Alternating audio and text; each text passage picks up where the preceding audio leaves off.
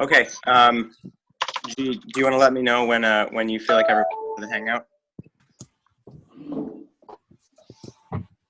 Yeah, I think almost all the people are in the Zoom meeting. There's like only 4 people left there.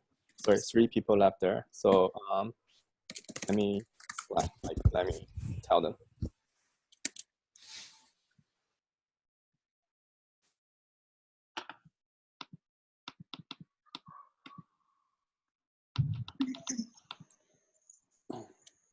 Hey, Ben, I would think you might want to give it just a couple minutes because I know that not everybody's done Zoom, so it might take a minute to download. Yeah, that sounds great, Clint. Yep.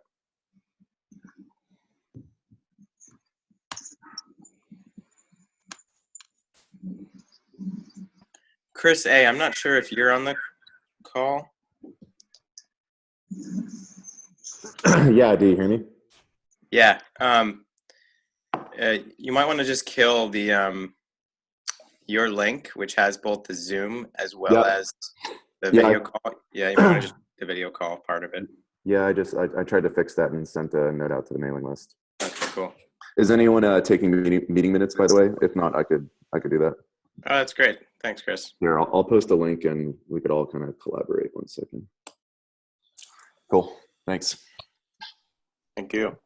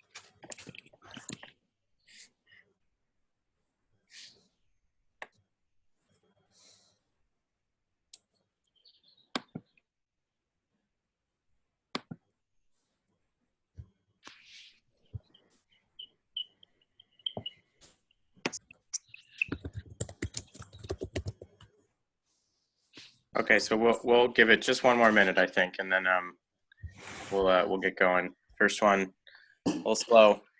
Get everyone to get into Zoom, and we'll get going.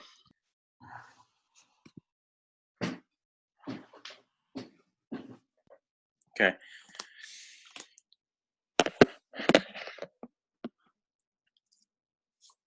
All right. Great. So this is the first CNCF Storage Working Group meeting. So thanks everyone who's able to join. So we got a pretty straightforward agenda today. We're gonna first look at just kind of who's able to join. I'd just love us to do some quick introductions, who you are, and maybe briefly why you're joining. Which can be as simple as just curious. It's totally fine. But I'd love to just everyone to be able to understand a little bit about who's participating.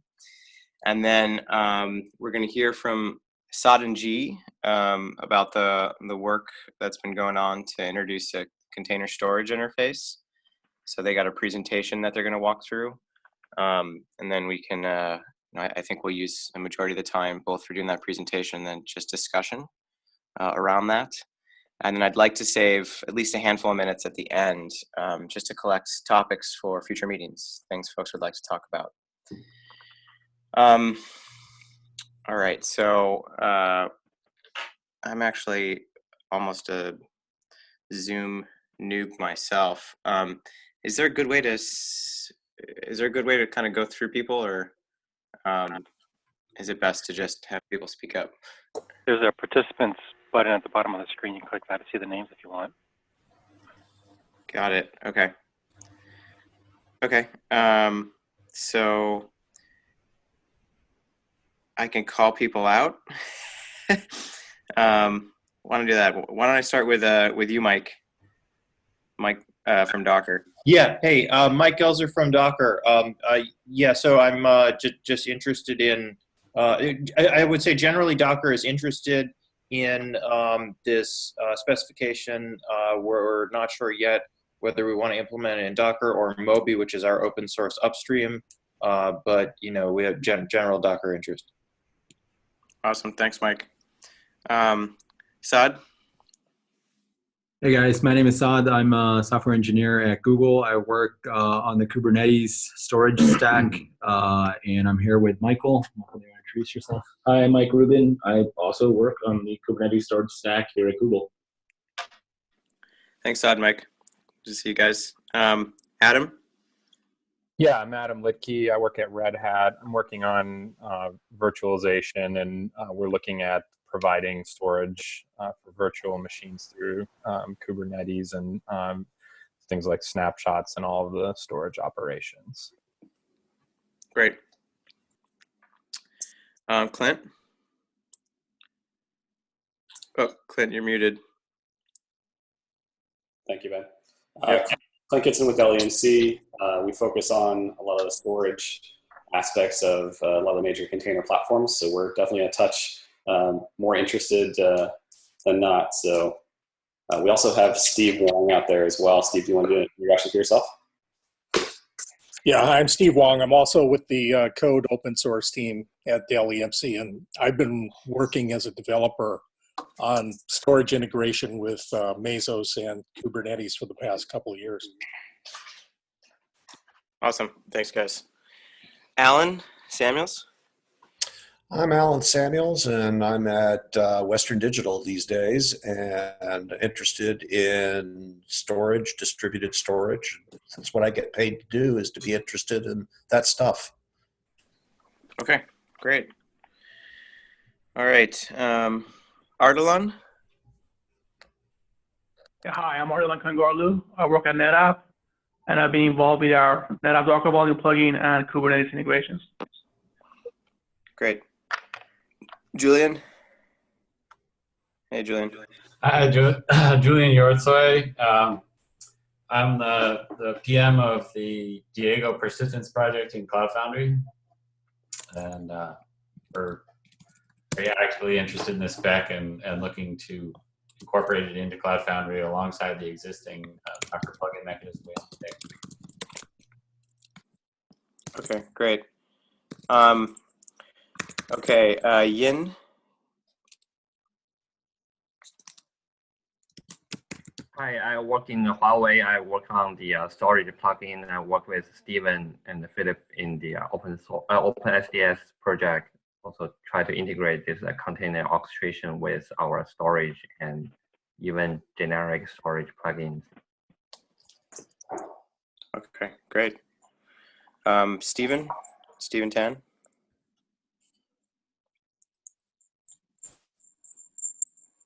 Oh, yeah, Steven, you're muted. You're muted, Steven. Hi, I'm Steven from Huawei. I'm representing OpenSDS actually. I'm interested in how CSI and OpenSDS can work together, and then basically how we can provide seamless integration for all the different orchestration layers. Okay, great. Felix. Hey, Felix. Hi, Ben. Felix Hupfeld, Quobyte. We're looking to implement a driver plugin. I don't know what the name is, and support this. Yeah. Okay, awesome. Simon? Yeah, hi. I work for Storage OS. I've been working on the Docker and Kubernetes integrations. Great. All right. Let's see. Alex?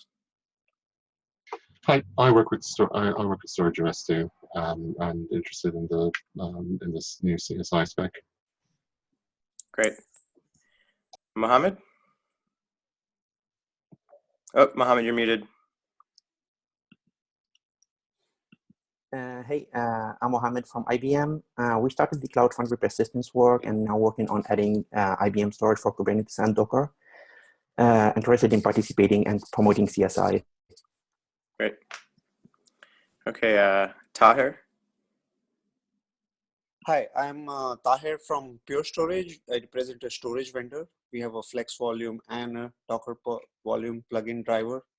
Can't wait to have a common interface so that we can support all environments. Awesome. Bassam? Hi, I'm Basama from Quantum. We started the Rook project, so I guess we're interested in both how Rook plays with CSI and maybe thinking about how to run storage services themselves on cloud-native environments. Okay, great. Let's see. We had another Michael Fries. Hey, yes. Hello. I'm with Mike Colster at Docker, so same interests as Mike, figuring out how this relates to Docker. Okay, great. G? Hey, this is G. I'm from Mesosphere. I'm from like Apache Mesos PMC as well. I'm a longtime computer of this project, focusing on storage, container, and networking. Thanks, G. Travis? Yes, hello. Travis from Quantum. I work with Bassam on the Rook project, integrating storage with Kubernetes and other platforms. Great, thanks. I don't know if the Cloud Native Computing Foundation, if that's you, Chris, or if that's someone else. It's probably Annie, but hey, how's it going? It's Chris from CNCF. Basically, keep things running behind the scenes. Hey, Chris. It is Annie from CNCF, making you have the Zoom recording today. Thank you. Awesome. Okay. Doug Davis. Yeah, this is Doug from IBM. I work with Mohammed and Sandy on, I'm trying to make sure we can integrate this stuff into the Bluemix container service. Awesome. Okay. Haley. Yeah, this is Haley. I'm from Linda. We make JBD, which is the internal block replication driver for Linux. And so we're very interested in CNCF and how that will play with us and how we'll play with it. Okay, great. James? Yeah, James DeFelice from Mesosphere. Been involved with the CSI spec a little bit, and I'll be working on integrating CSI support into DCOS. Great. John? Yeah, John Griffith. I'm been working with OpenStack, and Cloud, Docker, Kubernetes, a little bit of Mesosphere. So real interested in the direction here and just trying to participate. Great. Okay. Let's see. Howard?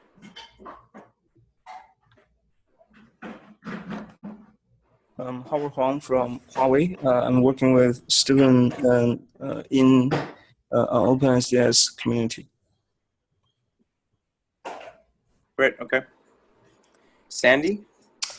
I'm Sandy from IBM. I work on the Bluemix container service with the responsibility of integrating with our storage, both in Kubernetes and also Docker. So highly interested in CSI and also highly interested in extending the interfaces of CSI for things like resize, snapshots, etc.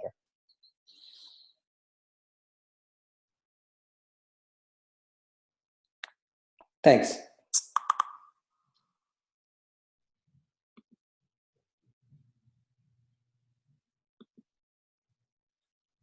We lose Ben?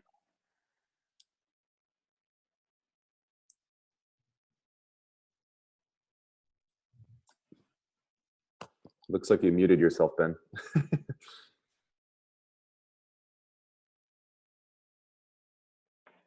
Whoops, sorry about that. Okay. Brian Goff, are you on? You want to go next? Hey, this is Brian from Docker, just an engineer doing storagey stuff in Docker, among other things. Okay.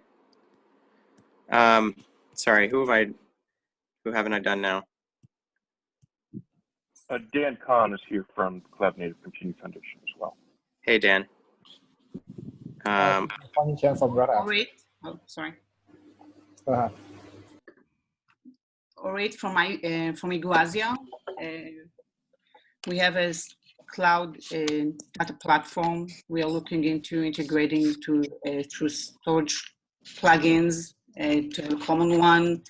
I worked in storage for the last 17 years, so I would very much want to participate in the community and assist in defining it. Okay, great. Hi, my name is Amit Varke, and I work with Muhammad, and I work in the Storage Systems Research Group at IBM Storage, and we're working on plugins for Docker and Kubernetes. Okay, great. I think there's still a few more. Luis, I don't know that we've. Yep. Hey, Luis. I'm muted. My name is Luis Pavon, and I work at CoreOS, and I'm interested in the CSI spec. Great. I think Brad. Yep, Brad Childs here. I work at Red Hat, and pretty active on the storage SIG for Kubernetes, and just interested in CSI spec. Awesome. Orit.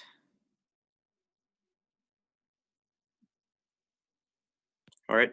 It's myself. I just rename the login. Orit from Guazio. Okay. rootfs. Oh, that's me, Huang Mingqian. I didn't realize I used my GitHub name. But It's a good one. It's very apropos. Okay. Sorry if I missed anyone left. If they could jump in. Yeah, hi, this is Tushar Dhole from VMware. I'm an engineering manager at VMware, and I manage a couple of teams who focus on persistent volume support for Docker and Kubernetes. So I have vested interest in CSI because I'll need one team rather than two to do the same work. Great. Okay. Hi everyone, this is Balu from VMware team as well. So I just wanted to know what is happening in the CSI space. So I'm interested in that too. Great. Anyone left?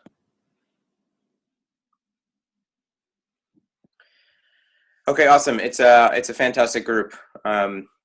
Glad that we can all jump on and have these discussions. So without further ado, I'd love to hand it off to Saad and G, so we can give them as much time to discuss the work that's been going on with CSI. Cool. Can you guys see my screen? Yep. Okay. All right. So I think so. My name is G, and Sad and I. So Sad, do you want to? Yeah, I think Sad and I wants to present this the current status of container storage interface to you guys. And I think I'm gonna do the first part of the presentation, and Sad is gonna do the rest of the presentation. So here's the kind of the agenda of the presentation. So we're gonna give you some motivation why you want to do this, and then give you an overview what is CSI and how does it work, things like that, and then give you an update on the current status of the CSI spec. So the motivation is this. So we kind of like seeing the success of CNI in the networking space, that there is a single spec that all the container orchestration system and networking vendors can integrate. And we see the success from that, and we are thinking that why not just make a interface for storage as well, and so that all the container orchestration system and storage provider can integrate with them, integrate the spec to make it work.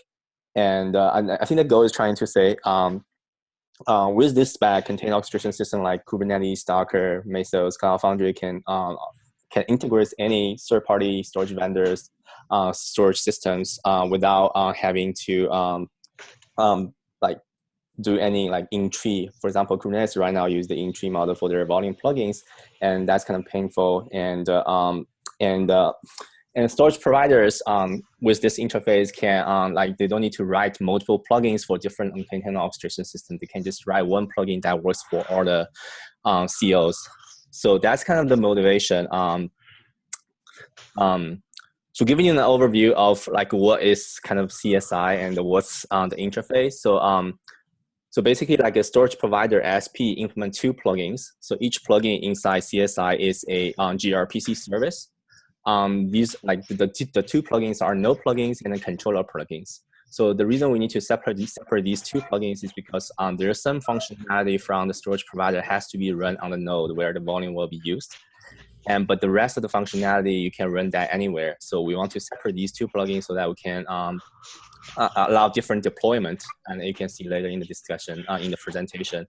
And it's okay that you ship a single package to package these two plugins, that you provide those two gRPC services, but you package in a single container, for example, and you distribute that single container to the container orchestration system so that it can run those two plugins.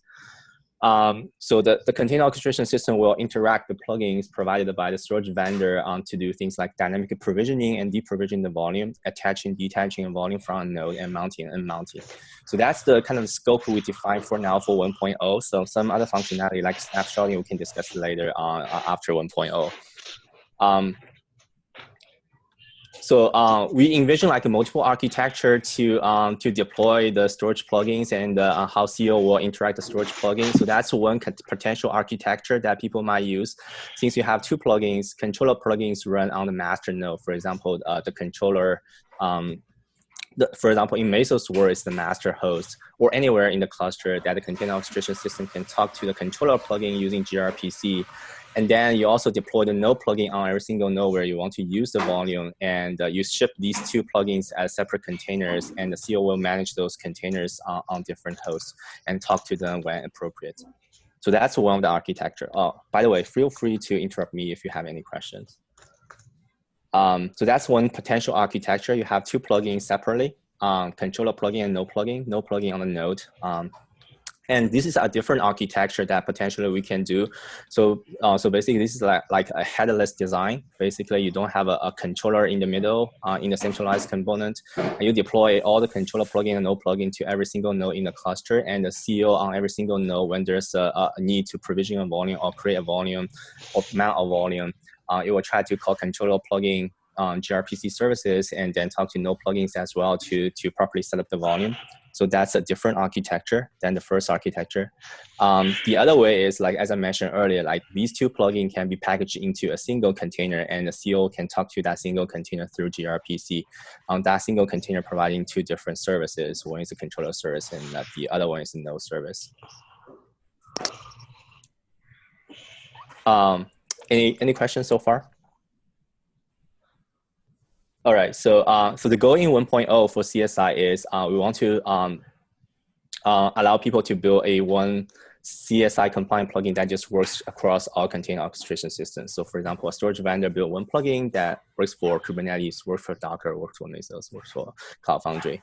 And we want to define those APIs, specifically those RPC specifications that enable us to do, for example, dynamic provision and deprovision the volume, attaching, detaching the volume from a node, and mounting and unmounting a volume from a node.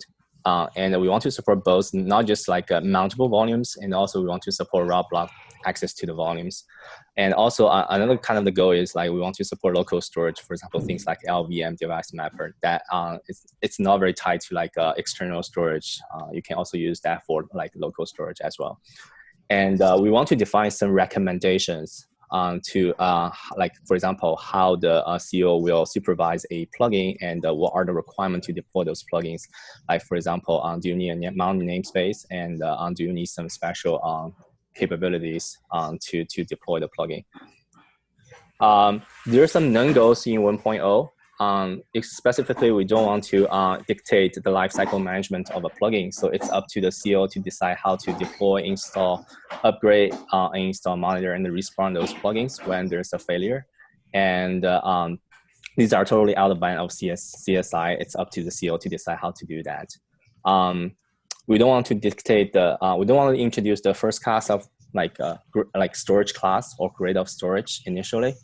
And we don't want to define protocol level authentication or authorization. This will be left to CO to decide.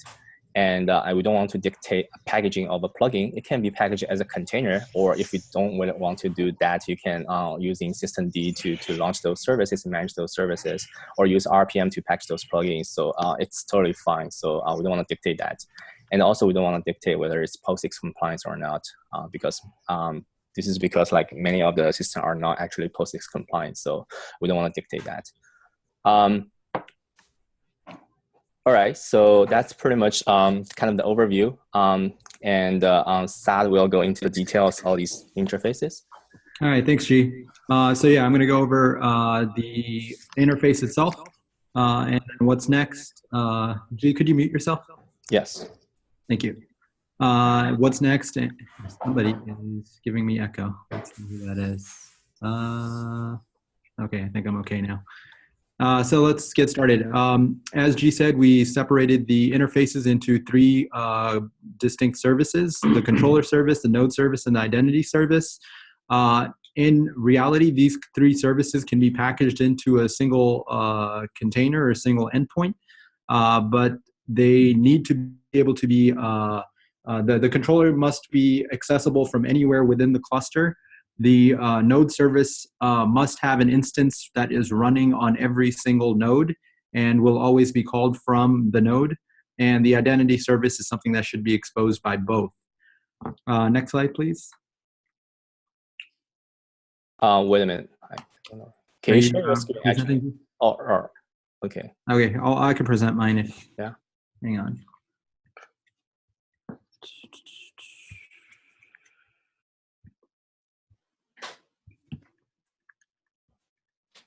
Okay.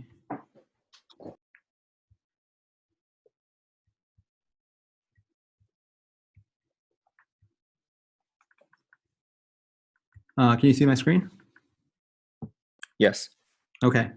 So first up is the controller service. Actually, before we jump into this, I wanted to give a piece of guidance for what we did to figure out what should be as in the 1.0 interface and what shouldn't be. We had a lot of people suggesting a lot of really high-end features that we could potentially put into the 1.0 interface, and we decided not to tackle those. And the idea was for 1.0, this interface should be essentially the least common denominator. What would be the most common layer between cluster container orchestrators and storage vendors to get them off the ground. And so we wanted to tackle mount, unmount, attach, detach, provision, and deletion. Beyond that, we can expand that in future CSI versions, but that's just the scope for v1.0. And so jumping into the controller service, the vast majority of the commands here are optional. The first command, validate volume capabilities, is used to figure out whether the plugin supports these other commands.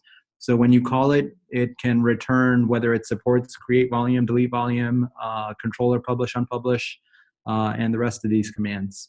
And so create volume, delete volume is used to provision a new volume or to delete a volume. Controller publish and controller unpublish are calls that are executed against the control plane to make a volume available on a specific node. Those of you in the Kubernetes land are probably familiar with this as attach and detach. We went over the naming of this back and forth a lot. The problem with attach and detach was it was confusing because for some storage providers, the attach and detach operations are triggered from the node machine. And really the distinction that we wanted to make was in order to make a volume available on a machine, it can essentially be broken into two components.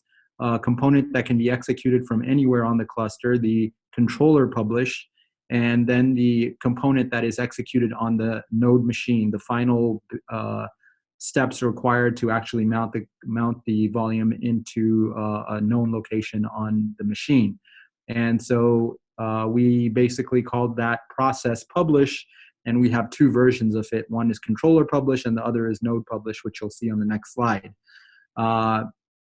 And the controller publish part is optional, meaning some storage providers may not implement it at all because they don't have a control plane which is responsible for making a volume available. You can think of this as something like NFS, where NFS shares are available to all the node machines, and making it available at a specific location is just a mount that happens on the node. So for those machines, for an NFS plugin, it wouldn't implement a controller publish or a controller unpublish. But for something like a Amazon EBS volume or a GC PD volume, controller publish and controller unpublish would be responsible for attaching a volume to a particular node or detaching it. Next up is list volumes. And this call is to return all the volumes that are available for a particular storage plugin. The idea here is for a CO to be able to handle pre-provisioned volumes. The call is optional, and it's also paginated. So if you have a large list of volumes, the request contains the number of volumes that should be returned in each call. And a token. Todd, yes. Just a question. What's the scope of list volumes? Is it all volumes known to the storage provider, or all volumes that are, usable by the CO? All volumes. So it's up to the storage provider to define that, but it should be all volumes that are usable by the CO or the user, the end users of the CO. Got it. Again, this is optional, so we realize that this call may be very heavyweight for a lot of storage providers, and if they don't want to implement it, they don't have to. And on the Kubernetes side, we're probably not going to use this very frequently. Next command is get capacity. This is something to figure out what the full capacity of the storage pool is from which volumes will be provisioned. Again, it's an optional call. And the idea here is to, since create volume calls are going to be carving out volumes from some pool of storage, get capacity can return the capacity of the entire storage pool. Again, this is an optional call because it may or may not be relevant to all storage providers. Hey, Saad, I hope this isn't getting too detailed. It's just a quick question that touches on both of these previous calls. Sure. Is it understood that a storage plugin targets a single endpoint of a given type or all endpoints? So in the example of NFS, you could have multiple shares. Would these calls be going across all the shares that would be known to the plugin, or would it be would you run an individual plugin instance per share that you wanted to access, for example? I'm thinking also of like storage arrays if you have multiple NetApp. So there will be one instance of the plugin running per storage provider, and then these calls get called per volume. So in the NFS case, you would have one NFS volume plugin, or potentially broken into a controller plugin and a node plugin running on every single node in the master.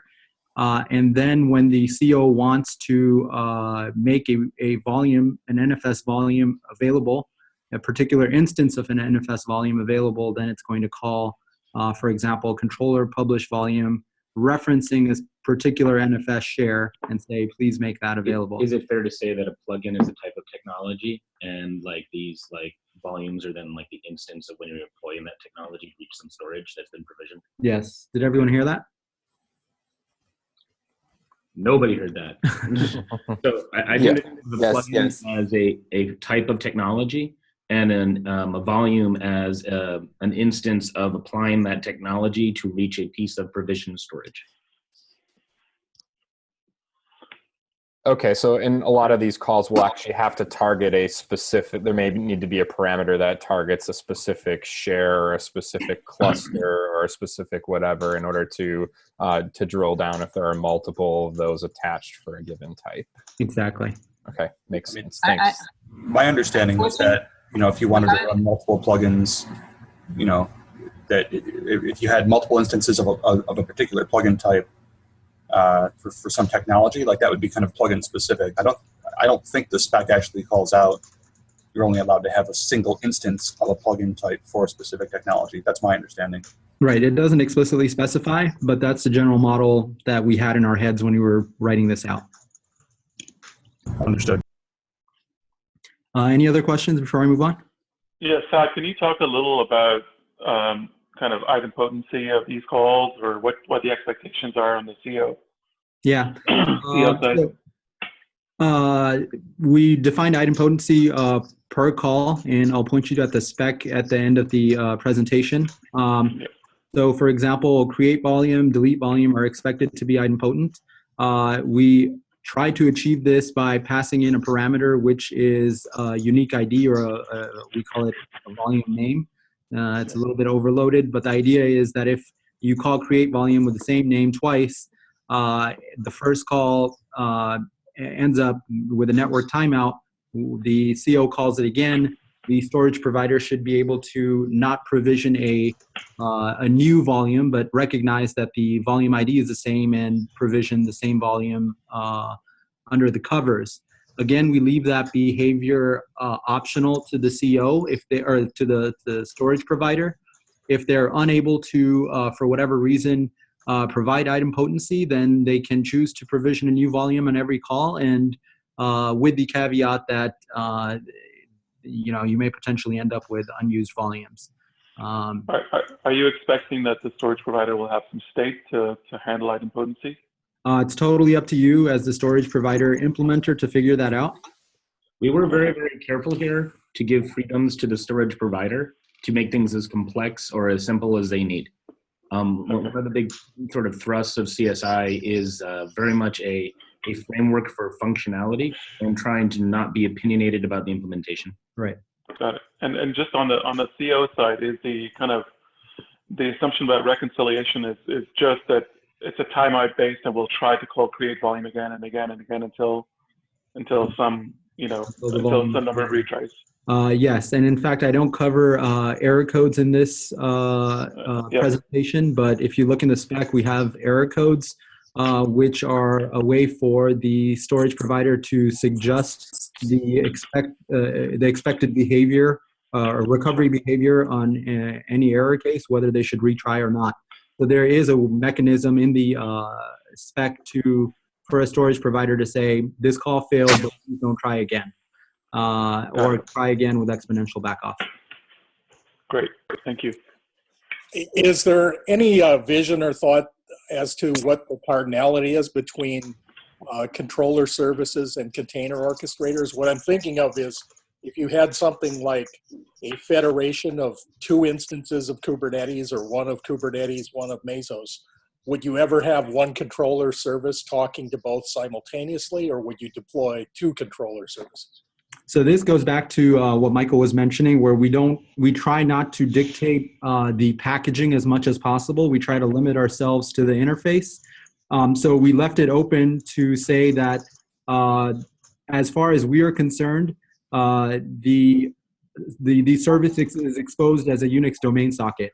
And so if you want to implement your CSI plugin as some service that is exposed both to a Mesos cluster and a Kubernetes cluster, go for it. The spec is not opinionated on it at all. If you look, a pattern that I see quite often in Kubernetes or container orchestration is to have centralized storage in the infrastructure layer and not being managed by the container orchestrator at all.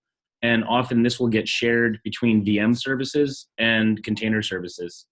And so to me, that seems like a very viable path. Thanks. Cool. Any other questions before I move on to the next slide? Yeah, I was wondering what the optionality of these APIs means. A plugin saying I don't support create, but I do support publish, or are there combinations that? Yeah, actually there are. I was going through this yesterday and realized we should have specified that because, for example, you could implement one but not the other, but sometimes vice versa doesn't make sense. We'll go in and clarify that in the spec.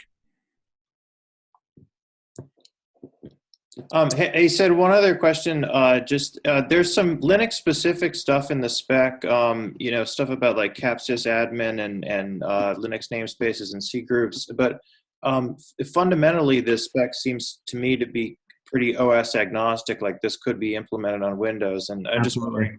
Okay, is that our position that this? Yeah. So the only So we divided it into interface, which is everything that you're seeing, the gRPC interface, and packaging. Packaging, we specifically did not make a specification. Anything around packaging is going to be a recommendation.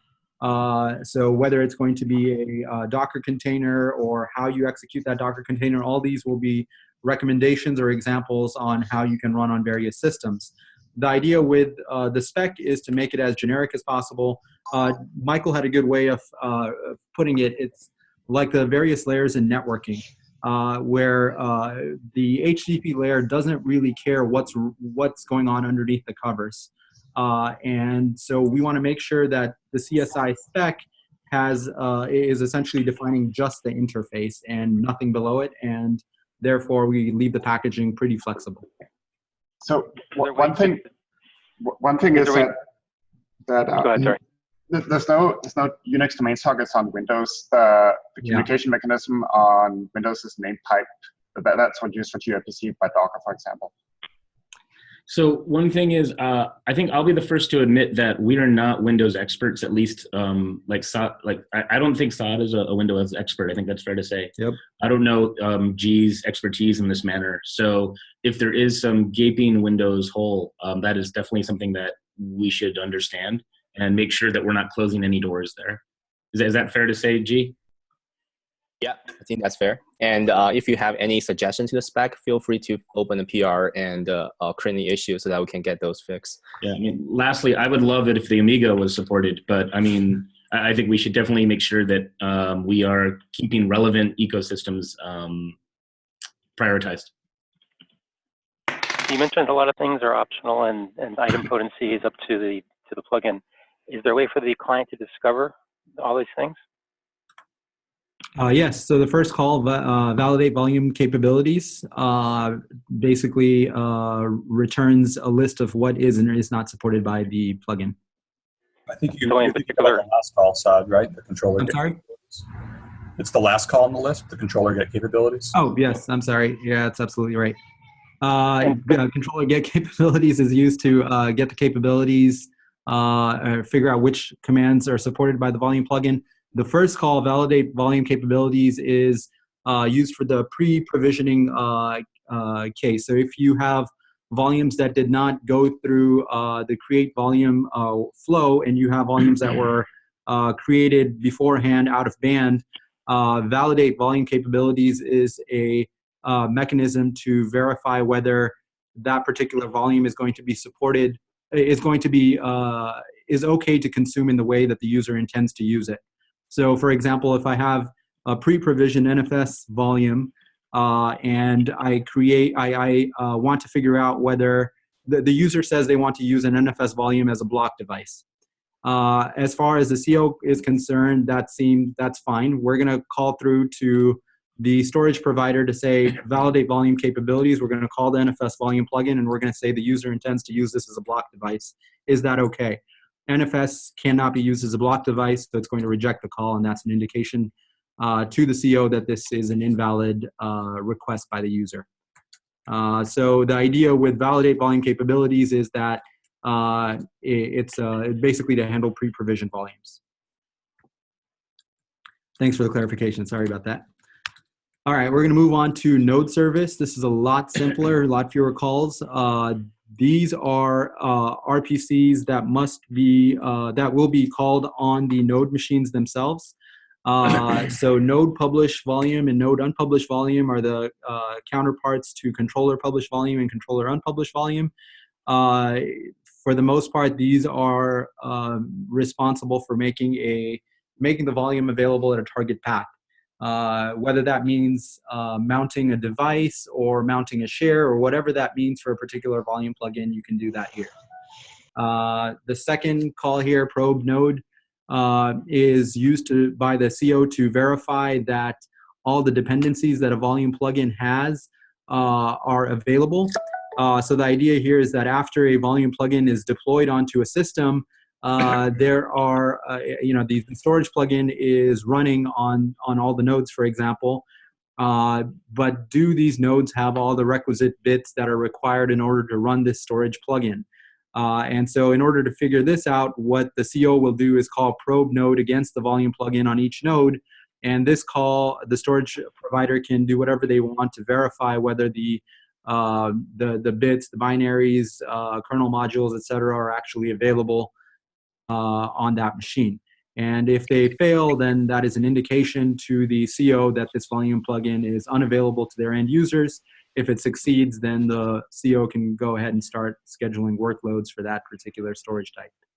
Am I correct to assume that this function should be called infrequently when the storage plugin started or something like that, and not per each volume that needs to be published? Correct. It should be called once on deployment. There is a second version of this that we're considering for future versions of the spec, which would be per volume to figure out the health of the underlying storage service.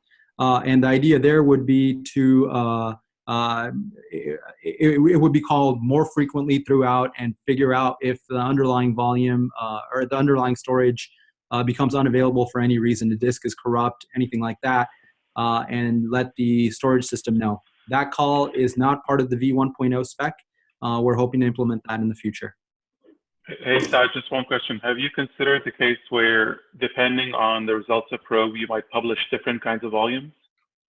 Yes. So as in, okay, what do you mean by publish, just to make sure we're on the same page? So if a kernel module is available on a node, we might publish a different kind of volume depending on the results of probe. So NFS versus a block device.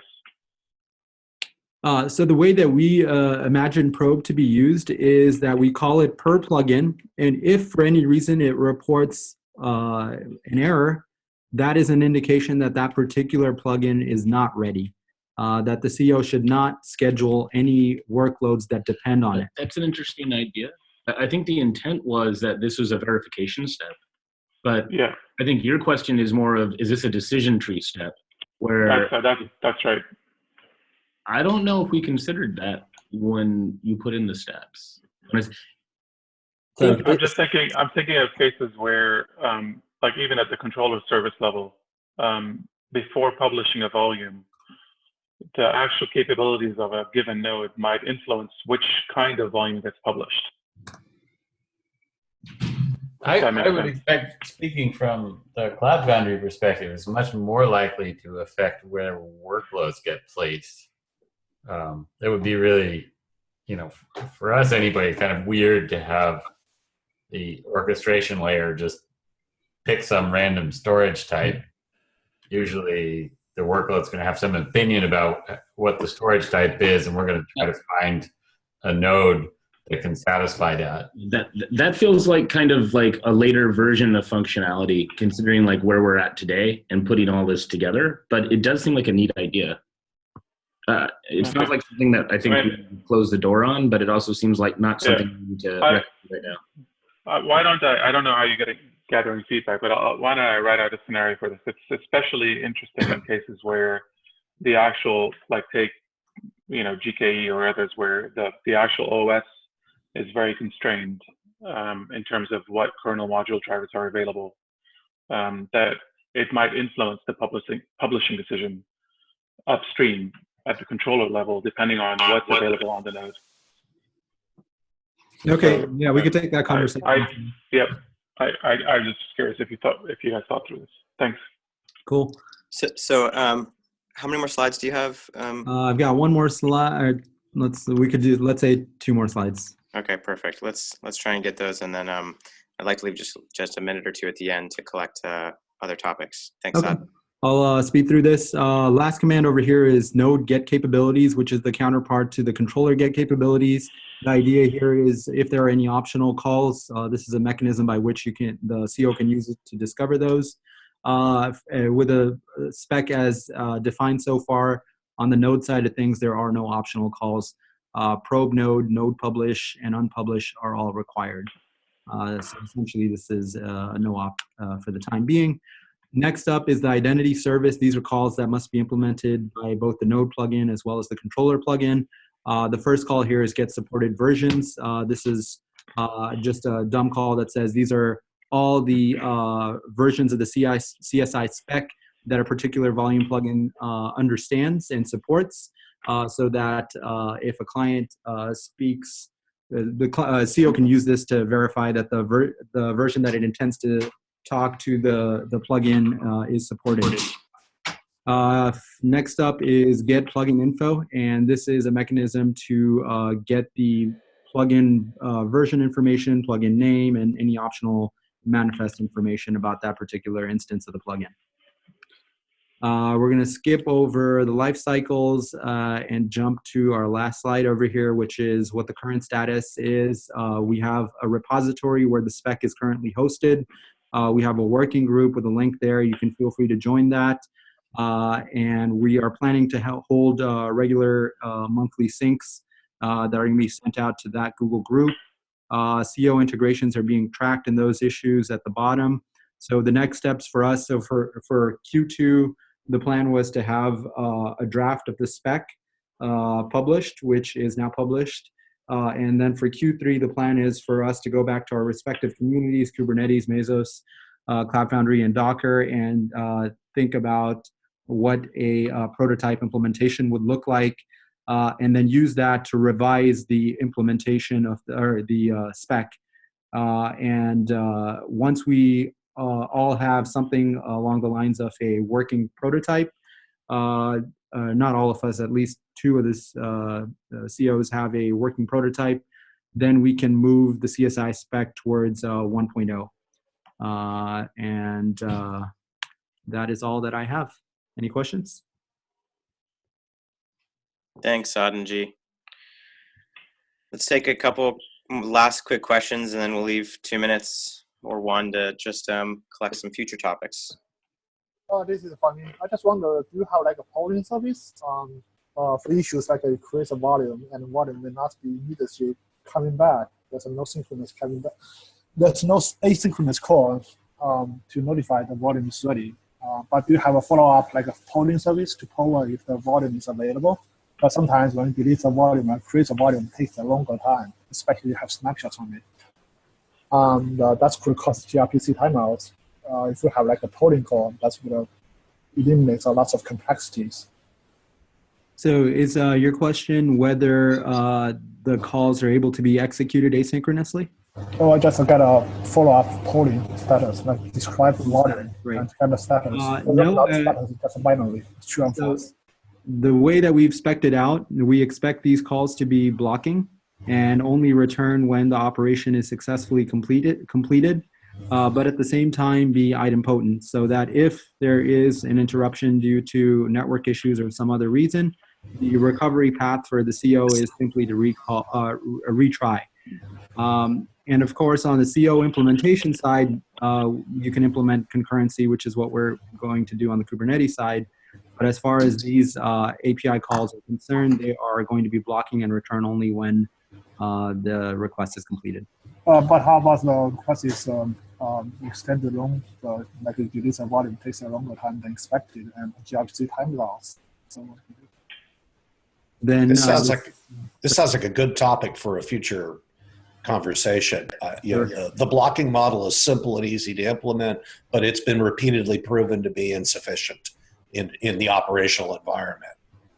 Yeah, I think we should I think you should probably open the issue there, and then we can start a discussion in the GitHub right, the repo, and then we can finalize, we can revise the spec if we find that that's necessary. I don't think we should shut the door here. Just let's revise that during the discussion in the GitHub issue. All right, thank you. Awesome. Okay, so this has been great. Thanks so much, Attendee, for presenting this. So just so folks understand, the goal ultimately is to propose CSI into CNCF, but that's not something that that's not what this calls for. That'll be a call with the TOC, and that'll be something that we do in the future. So I just want to put that out there in case anybody had questions about that. Or curious about that. So I know we're basically out of time, and I want to respect that for people.